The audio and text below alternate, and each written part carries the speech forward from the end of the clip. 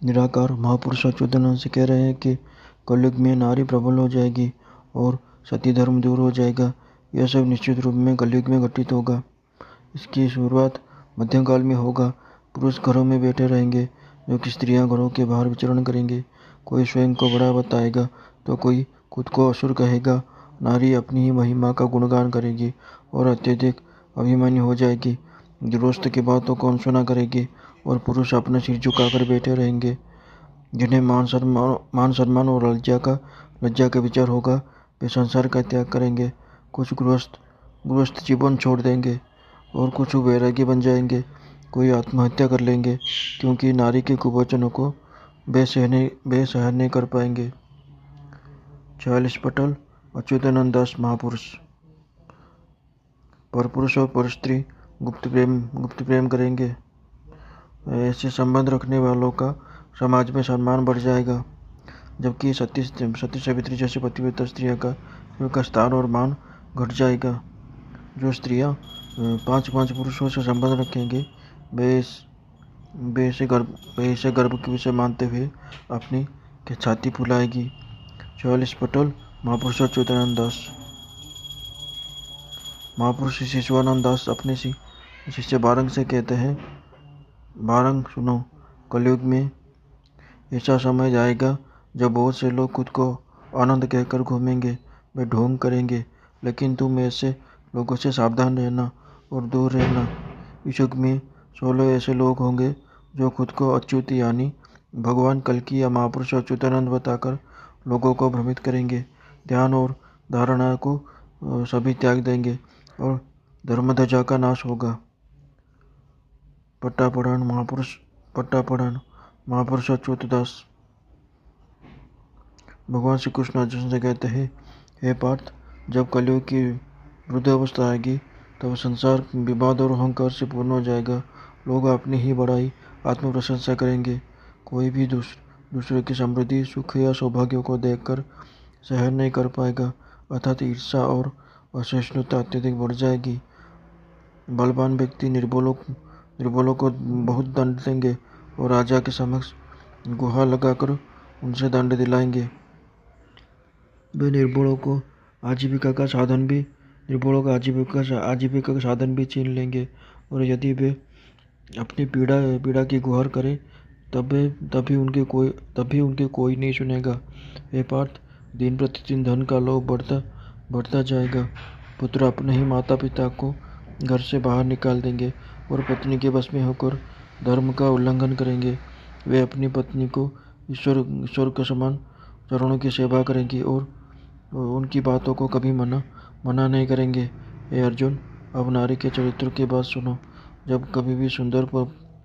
जब वह किसी सुंदर परपुरुष को देखेगी तो उसे निरंतर प्रेम करने लगेगी। धन के लोभ में स्त्रियां परपुरुषों से संबंध स्थापित करेगी और अपने पति को छोड़कर परदेश चली जाएगी। कुलवती स्त्रियां अपने कुल को त्याग कर नीच कुल अर्थात अकुल में निवास करेंगी। वे ना तो दान देगी, ना धर्म तप या व्रत का आचरण करेंगी। देवता के मंदिर में संध्या के समय दीपक तक नहीं जलाएगी। पति और पुत्र के प्रति स्नेह न रखेगी और न श्रद्धा। वैश्या स्त्रियां धर्म का आचरण करेंगी, बाहरी रूप में धर्माचरण दिखाएगी और नीच स्त्रियां में सतीत्व का लक्षण दिखाई देंगे। लोग श्रुति का अर्थ का अनर्थ करेंगे। वेद वाक्यों को पाखंडी और दुष्ट लोग व्यर्थ कर देंगे। 9-10 वर्ष की कन्याएं रजस्वला हो जाएंगी और 11 वर्ष की आयु में ही मातृत्व प्राप्त कर लेंगी। 25 वर्ष की उम्र की स्त्रियां वृद्धा होंगी। काम और लोभ में पड़कर कन्याओं का शोषण किया जाएगा। किसी का मन किसी के साथ नहीं मिलेगा। एक व्यक्ति जब जल में डूबकर मर रहा होगा, अब और दूसरा उस पर हंस रहा होगा। चोरी करने वाले लोग साधु कह जाएंगे, जबकि सच्चे साधु जो चोरी नहीं करेंगे उन्हें दंडित किया जाएगा। जब जाति और अजाति सभी एक हो जाएंगे तब और अप्रसन्नता से आहार करेंगे, तब जान लेना है अर्जुन कि कलयुग अपनी अंतिम चरण में है। उस समय मेरे भक्तों का प्रकाश होगा।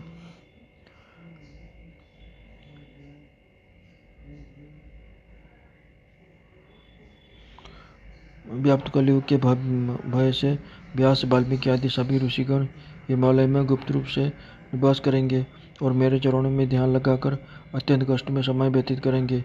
वे प्रचंड गर्मी, वर्षा और कड़कड़ाती ठंड को सहन करते हुए मेरे नाम का स्मरण कर घोर कलयुग पर विजय प्राप्त करेंगे।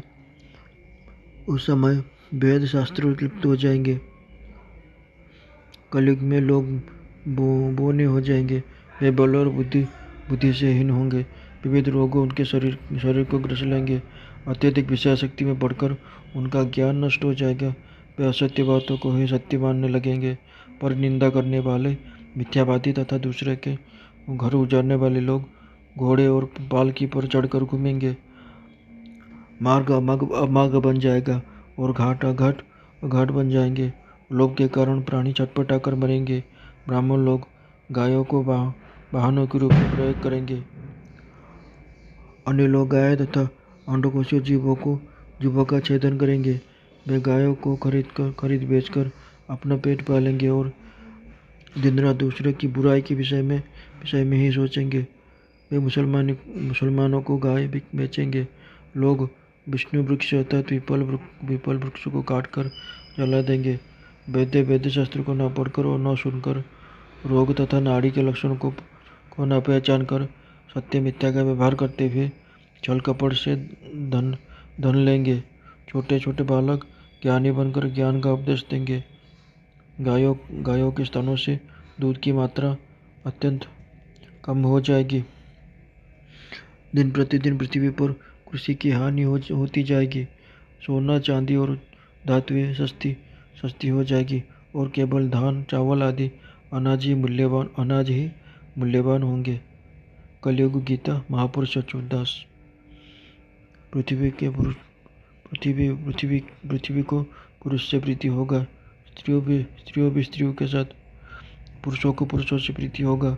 स्त्रियों भी स्त्रियों के साथ रमण करेंगे। मोहकल्प महापुरुष अच्युतदास।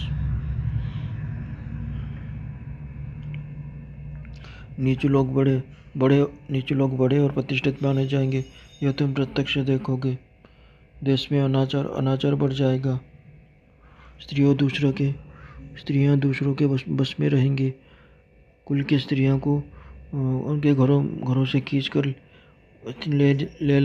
ले जाया जाएगा और पापी लोग कुकर्म करेंगे। उन्हें रोकने या टोकने वाला कोई नहीं होगा। सत्य और धर्म की निंदा की जाएगी। निंदा और प्रशंसा समान मानी जाएगी। कलयुग में यह सब घटित होगा।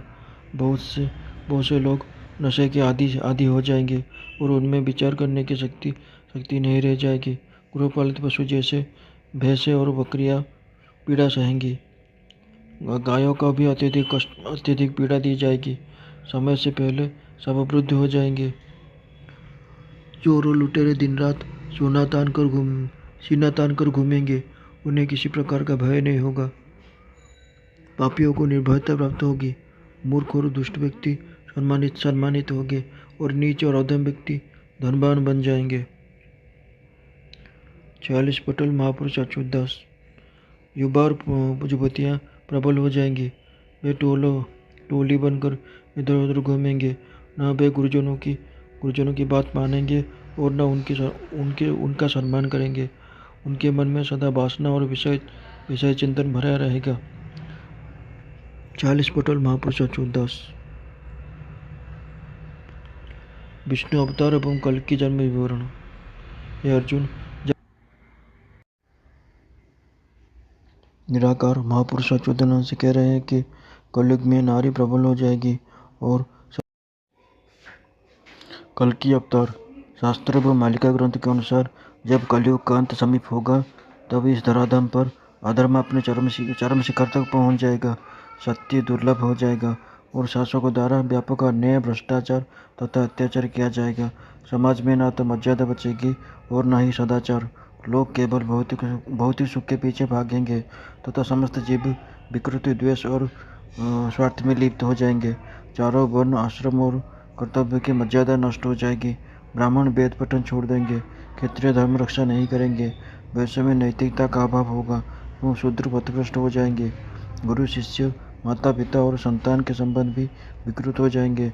सच्चे संतों का अपमान होगा, जबकि अधर्म के अनुयायियों को समाज में प्रतिष्ठा प्राप्त होगी।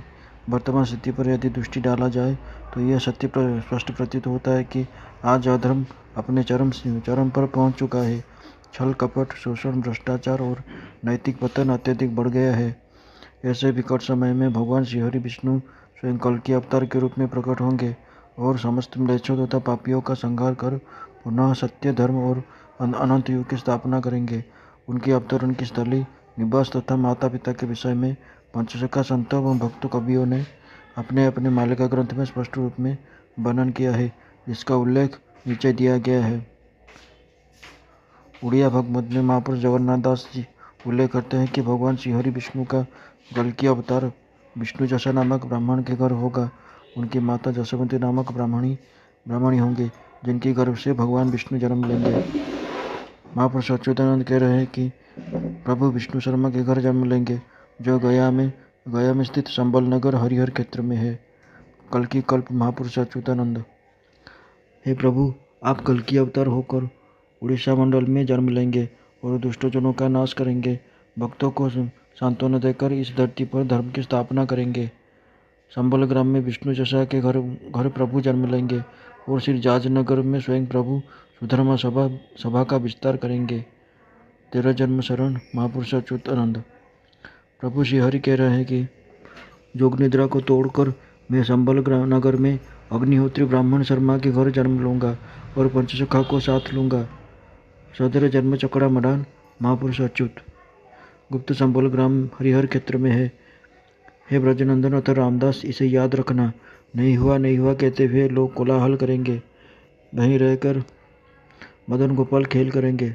जाजपुर पंचकोश बिरोजा मंडल के नाभिकाया में विष्णु शर्मा के घर प्रभु का खेल होगा। कल्कि कल्प महापुरुष अच्युतानंद। महापुरुष अच्युतानंद बताते हैं कि बिरजा मंडल में क्षीरधारा बहती है और वहीं पर स्थित कमलपुर को गुप्त संबल कहा जाता है। महापुरुष अच्युतानंद बताते हैं कि प्रभु श्री हरि संबल नगर को छोड़कर पर्वतगिरी में आत्म तपस्या के लिए जाएंगे। प्रभु श्री कृष्ण उद्धव से कहते हैं, हे उद्धव, मेरी कल्कि अवतार किंकट नगर में होगा और मेरा वर्ण लाल होगा। गुप्त खंडगिरी जहाँ ख्यातवत स्थित है तथा जहाँ क्षीरधारा और घंटों की नदियाँ का संगम है, वहीं मैं उदय होऊंगा। जहाँ अनंत विष्णु गोपाल के रूप में उदय हुए होंगे, उसी स्थान को गुप्त खंडगिरी के नाम से जानना। वही मेरा आश्रम स्थित होगा। उद्धव 34वां महापुरुष जगन्नाथ। प्रभु श्री कृष्ण उद्धव से कह रहे हैं कि प्रभु किंकट नगर अथा जाजपुर के कमलपुर में जन्म लेंगे। कटक अमरावती जो स्थान है, वहीं पर कल्कि अवतार उदय होंगे। जहाँ एक ही वटवृक्ष को 4 नामों में से जाना जाता है, एवं जो स्थान श्री पुरुषोत्तम क्षेत्र होगा। कलि भविष्य महापुरुष जगन्नाथ। महापुरुष अर्कित दास अपने शिष्य रामचंद्र से कहते हैं कि शिवकल्प में प्रभु का जन्मस्थान देखना। वो जाजपुर मध्य में जन्म लेंगे। वो जाजपुर के मध्य में जन्म लेंगे। जा जिसका रहना, लेकिन यह किसी को नहीं कहना। प्रभु देश में भ्रमण करेंगे। वैष्णव वेश धारण करके मध्य मंडल में निवास करेंगे और महामहिमा का समय आने पर स्वयं को प्रकाशित करेंगे, किंतु लोग माया मुँह में पड़कर उन्हें पहचान नहीं पाएंगे। महागुप्त पद्मकल्प महापुरुष अर्कित दास।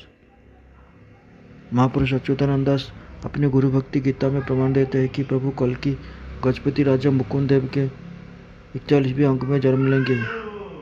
ब्राह्मण विष्णु शर्मा निसंतान होंगे। प्रभु स्वयं उनके यहाँ जन्म लेंगे। वे स्वयं द्वापर युग के प्रभु श्री कृष्ण के पिता वसुदेव है। गुरु भक्ति गीता महापुरुष अच्युतानंद दास। उद्धव भगवान श्री कृष्ण से पूछते हैं, हे श्री प्रभु जगन्नाथ, आप जहाँ जन्म लेकर जिस स्थान पर ऐसी लीला करेंगे, उस स्थान को चारों ओर क्या संकेत होंगे। प्रभु श्री कृष्ण उद्धव से कहते हैं, हे उद्धव सुनो, वह स्थान 8 गिरियों से घिरा हुआ होगा।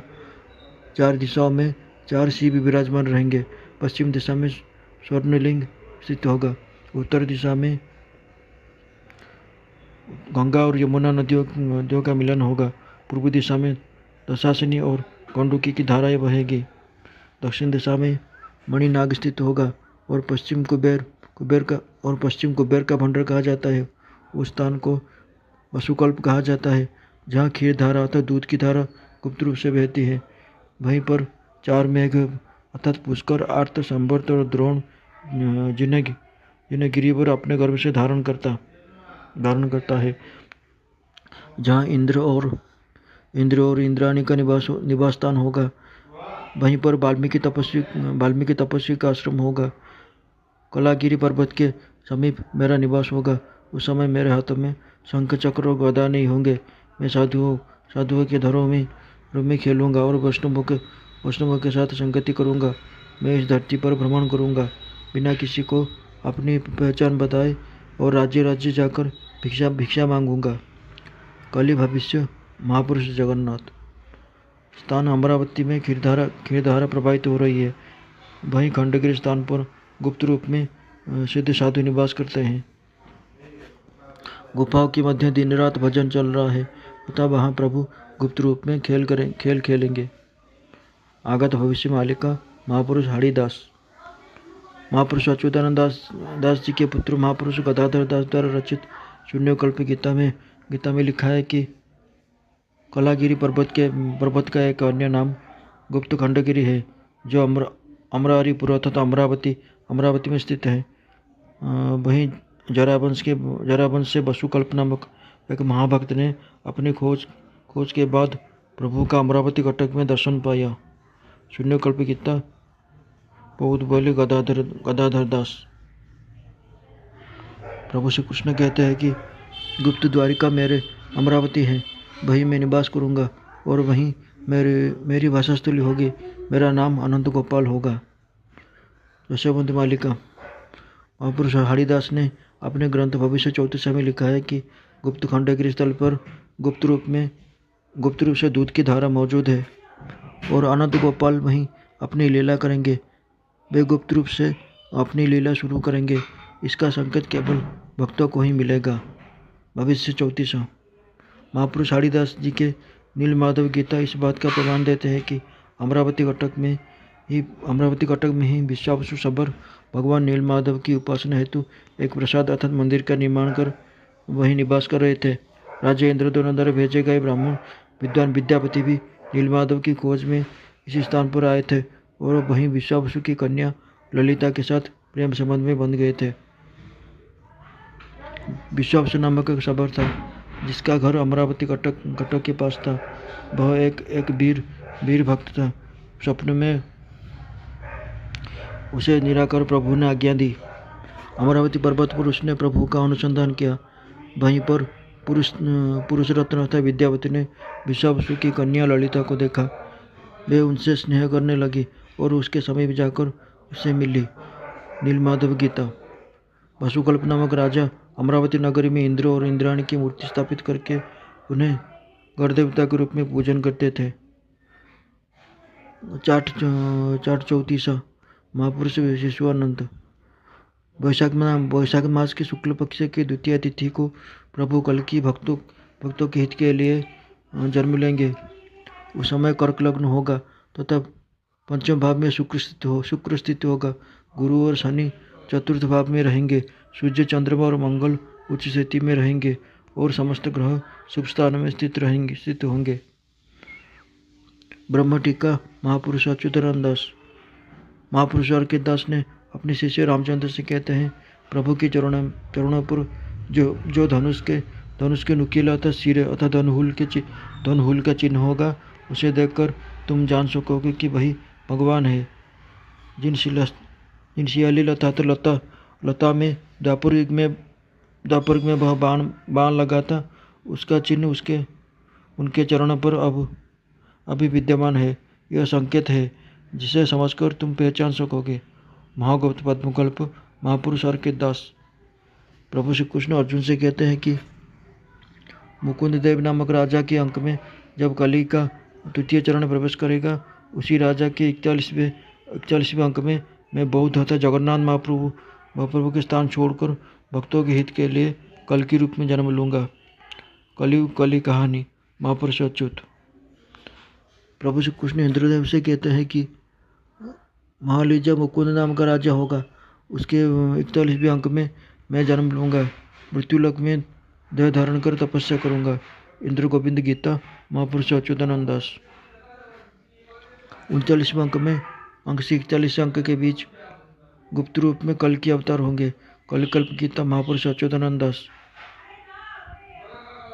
मालिका ग्रंथों के पदों के अनुसार प्रभु कल्कि का जन्म वैशाख महीना अर्थात अप्रैल मई को जाजपुर संबल नगर अर्थात किंकर नगर के गिरजा मंडल हरिहर क्षेत्र में स्थित कमलपुर गुप्त संबल नामक गांव पर होगा, जहां मालिका के अनुसार खरस्रोता नदी, जैसे खीर नदी भी कहा जाता है, बहती है। प्रभु एक अग्निहोत्री ब्राह्मण अर्थात अग्निहोत्र अनुष्ठान करने वाले विष्णु जसा शर्मा नामक ब्राह्मण के घर जन्म लेंगे, जो द्वापर युग में भगवान श्री कृष्ण के पिता वसुदेव थे। मालिका ग्रंथों के अनुसार प्रभु कल्कि की माता का नाम यशोवंती होगा। प्रभु कल्कि का देह लोहित वर्ण तथा लाल रंग का होगा। महापुरुषों ने लिखा है कि वे राजा मुकुंदेव के समय 39 से 41 अंक के बीच जन्म लेंगे। जन्म लेने के कुछ वर्ष पश्चात वे तपस्या हेतु गुप्त खंडगिरी अर्थात कलागिरी जाएंगे, जो कि अमरावती कटक छतिया के समीप स्थित है।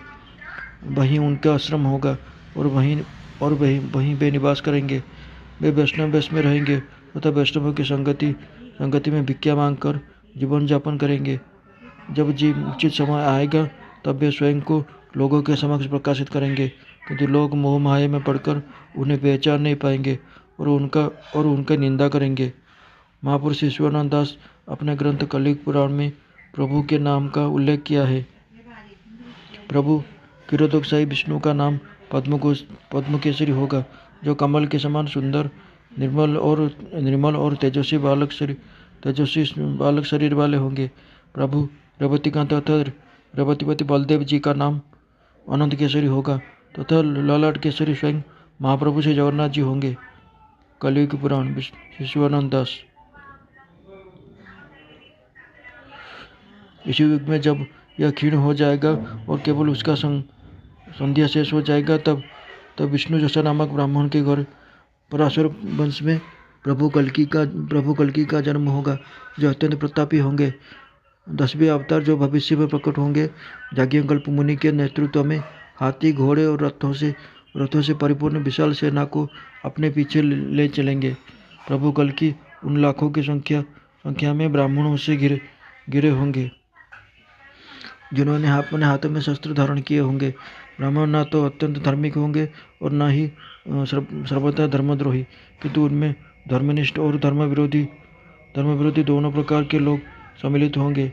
वे उत्तर दिशा के लोग, मध्य देशवासी, विंध्य पर्वत के पार के निवासी, इसी प्रकार दक्षिण भारत के लोग, द्रविड़ देश तथा तमिलनाडु आदि के निवासी, और सिंहल तथा श्रीलंका के लोगों के साथ गंधारवासी, आंध्रभाषी अर्थात वर्तमान अफगानिस्तान, पारदू लोग, पल्लव, पवन, शक, तुबरा, सबर, पुलिंद, बरद, लंपक, आंध्र, पुंड्र और किरात में जाकर वह अत्यंत शक्तिशाली भगवान अपने राज्य चक्र का विस्तार करते हुए म्लेच्छों का अंत करेंगे। पूर्व में जो विष्णु पराक्रमी प्रमिति नामक राजा थे, वे इस कलयुग में पूर्ण होने पर चंद्रवंश में उत्पन्न होंगे। वे सभी प्राणियों के लिए अदृश्य होकर पृथ्वी पर विचरण करेंगे। वे एक मनुष्य के रूप में उत्पन्न होंगे और बुद्धिमान देवसेन के पुत्र होंगे। आए गरुड़ मत उदय। भगवान क्षीरोदक के विष्णु के पिता सोमवंशी चंद्रवंशी होंगे तथा माता ब्राह्मण कन्या होंगी। ब्रह्मांड पुराण। महर्षि वेदव्यास। प्रभु कल्कि क्रूर कर्म, युद्ध और संहार के द्वारा सभी प्राणियों को और विशेष रूप में सभी मनुष्यों को मारते हुए पृथ्वी को बीज मात्र अतः कुछ अंश शेष रखेंगे। तत्पश्चात वे अधिकांश अधर्मिक वृक्षों नीचे और अधर्मी लोगों का नाश कर देंगे और धर्मनिष्ठ लोगों को रक्षा करेंगे। तब वे अपनी सेना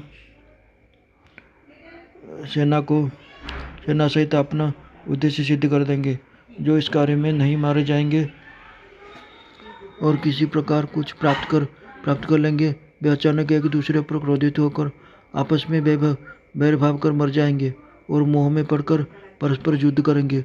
उन सब का संहार करके और भविष्य की नियति से प्रेरित होकर वे अपने अनुयायियों के सहित गंगा और जमुना के बीच स्थित प्रदेश में स्थित होंगे। जब वह कल्पतः कालखंड बीत जाएगा और राजाओं सहित उनके सैनिकों का नाश हो चुका होगा और प्रजाएं बिना किसी शासन और अनुशासन के रह जाएंगे, उस समय जब रक्षण करने वाला कोई नहीं बचेगा, तब लोग युद्ध में एक दूसरे की हत्या करेंगे और आपस में एक दूसरे की संपत्ति छीन लेंगे। वे आनंद से रहित होकर अत्यंत दुखित हो जाएंगे।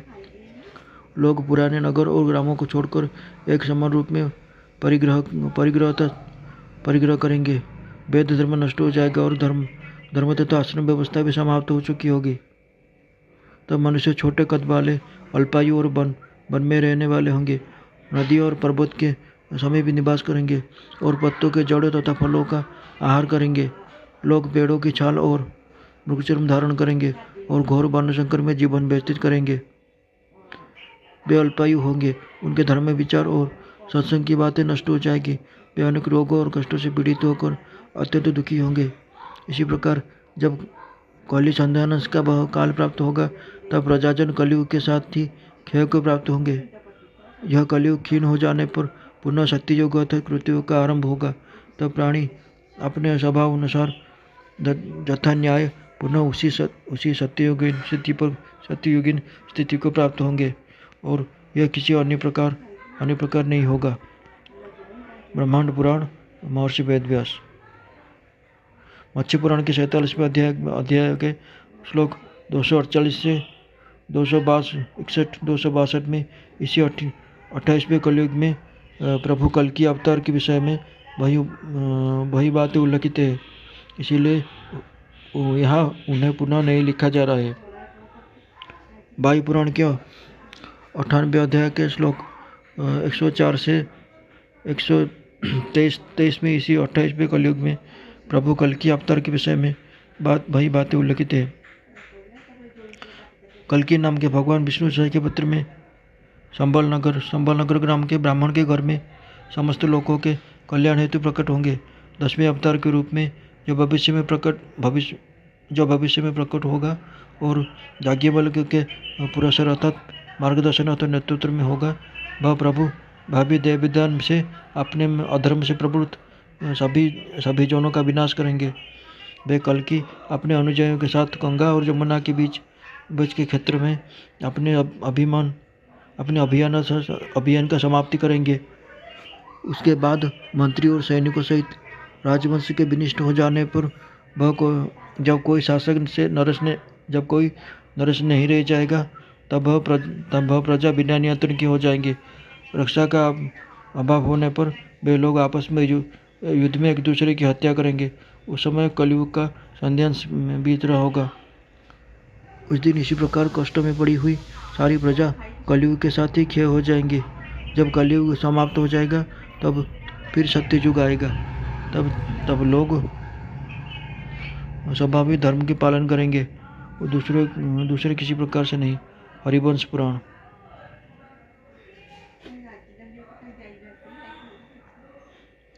भगवान कल्कि जो विष्णु जैसा का पुत्र होगा और जिसका पुरोहित याज्ञवल्क्य होगा, वह शस्त्र धारण करके तथा युद्ध के लिए सुसज्जित होकर म्लेच्छों का विनाश करेगा। भगवान कल्कि चारों वर्णों और सभी आश्रमों में उचित मर्यादा का पुनः स्थापना करेंगे और प्रजा को सच्चे धर्म के मार्ग पर चलाएंगे। उसके बाद श्रीहरि कल्कि रूप का परित्याग करके अपने धाम में चले जाएंगे। फिर तो पूर्ववत सत्ययुग का साम्राज्य होगा। अग्नि पुराण। अध्याय 16।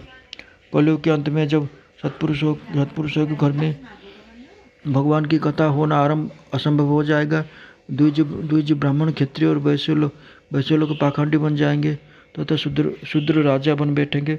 उस समय कहीं भी स्वाहा स्वधा और बसठ की ध्वनि अथवा देवताओं और पितरों के यज्ञ श्राद्ध का परंपरा सुनने को नहीं मिलेंगे।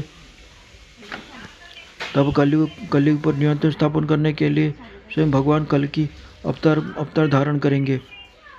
श्रीमद् भागवतम। इसी प्रकार पद्म पुराण, ब्रह्म वैवर्त पुराण के प्रकृति खंड, नरसिंह पुराण के 54वें अध्याय, ब्रह्मांड पुराण के 98वां अध्याय एवं लिंग पुराण के 40वां अध्याय में भी प्रभु कल्कि के विषय में जानकारी प्राप्त होता है। लिंग पुराण में एक अन्य जानकारी प्राप्त होती है जिसे यहाँ प्रस्तुत करना उचित होगा। वे लोग अत्यंत दुखी होकर मधुमांस, मूल और फल से जीवन व्यतीत करेंगे। वे लोग चिबर अथवा वृक्ष के छाल के वस्त्र, पत्रों और वजिन अथवा वृक्षचर्म धारण करेंगे तथा सभी निष्क्रिय और किसी प्रकार की परिग्रह रहित होंगे। वर्ण और आश्रम धर्म से भ्रष्ट हुए लोग भयानक संकट में पड़ेंगे। तब रोग और भूख से पीड़ित होंगे। तब दुख में उनका मन संसार से विरक्त होगा। उस वैराग्य से उनमें विचार उत्पन्न होगा और विचार के परिणाम स्वरूप वे समता और साम्यावस्था तो संभाव को प्राप्त करेंगे। साम्यावस्था तो संभाव की स्थिति स्वरूप बोध होगा और उस बोध से धर्मशीलता उत्पन्न हो गई। कलयुग में शेष रहने वाले लोग स्वयं ही शक्ति सामर्थ्य के अभाव से समझयुक्त तथा संचित हो जाएंगे। उस समय उनका चित्त तथा मन मोहित करके उन्हें सोए हुए नशे में धूर्त व्यक्ति की तरह बना देंगे और एक दिन और रात अहोरात्र में ही कलयुग परिवर्तित हो जाएगा और भविष्य के विधान के प्रभाव से सत्ययुग फिर से शुरू होगा। लिंग पुराण।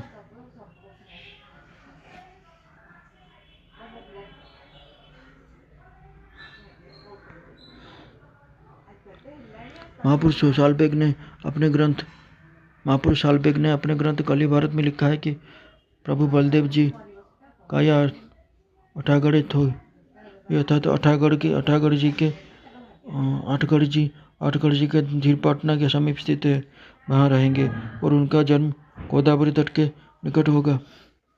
साथ ही महापुरुष अच्युतानंद ने अपने ग्रंथ 10 मालिका में प्रमाण देते हुए बताया कि बलदेव जी का जन्म दक्षिण दिशा में होगा, धनु मास में। उनके शरीर का बन अत्यंत सुंदर तथा धवल होगा और उनके मस्तक पर सप्तफेणी अथवा 7 फनों वाले शेषनाग का चिन्ह विद्यमान रहेगा। महापुरुष ईश्वरानंद दास जी के शिष्य बारंग महापुरुष से प्रश्न करते हैं, हे गोसाई, मेरे मन में एक संदेह उत्पन्न हो रहा है। प्रकृति और पुरुष दोनों ही युगल भाव से लीला करते हैं। प्रकृति के बिना पुरुष नहीं और पुरुष के बिना प्रकृति नहीं। उसी प्रकार दो भाइयाँ भगवान श्री जगन्नाथ और श्री बलभद्र भी अभिन्न है, जो जुग में मिलकर लीला करते हैं। कृपया से बलदेव जी के जन्म और उनके कीर्ति के विषय में विस्तार पूर्वक बताइए। बारंग के वचनों को सुनकर महापुरुष ईश्वरानंद दास कहते हैं कि रेवती कांत तथा रेवती के प्रिय श्री बलदेव तीर्थराज गोदावरी के तट पर विश्वकर्मा नामक ब्राह्मण के घर जन्म लेंगे और तत्पश्चात झीरपाटना के निकट निवास करेंगे। श्री बलभद्र प्रभु कल्कि से गुप्त रूप में भेंट करेंगे। वे जहाँ वे जन्म लेंगे उस स्थान का स्पष्ट ठिकाना लोगों को ज्ञात नहीं हो पाएगा। श्री बलदेव जी आनंद पूर्वक दूध भात खाकर गुप्त रूप में निवास करेंगे। जब प्रभु कल्कि के शक्ति का संचार होगा तब वे श्री बलदेव जी को बुलाएंगे और दोनों भाई गुप्त रूप से बैठकर यह विचार करके किस स्थान पर लीला की जाएगी। फिर ये विचार करेंगे कि किस स्थान पर लीला की जाएगी। प्रभु कमल नयन अतः प्रभु कल्कि श्री बलदेव जी से कहेंगे, आप दिग्भ्रमण अतः 4 दिशाओं में यात्रा के लिए जाएंगे और समस्त देश के शुभ और अशुभ स्थिति को देखेंगे। यह सुनिश्चित कीजिएगा कि प्रजा को कर अथवा टैक्स की पीड़ा नहीं सहना पड़े। इसके लिए आप सभी राजाओं को समझाएंगे और प्रबोध प्रदान करेंगे। जिस प्रकार प्रजा सुखी होगी, उसी प्रकार प्रभु बलराम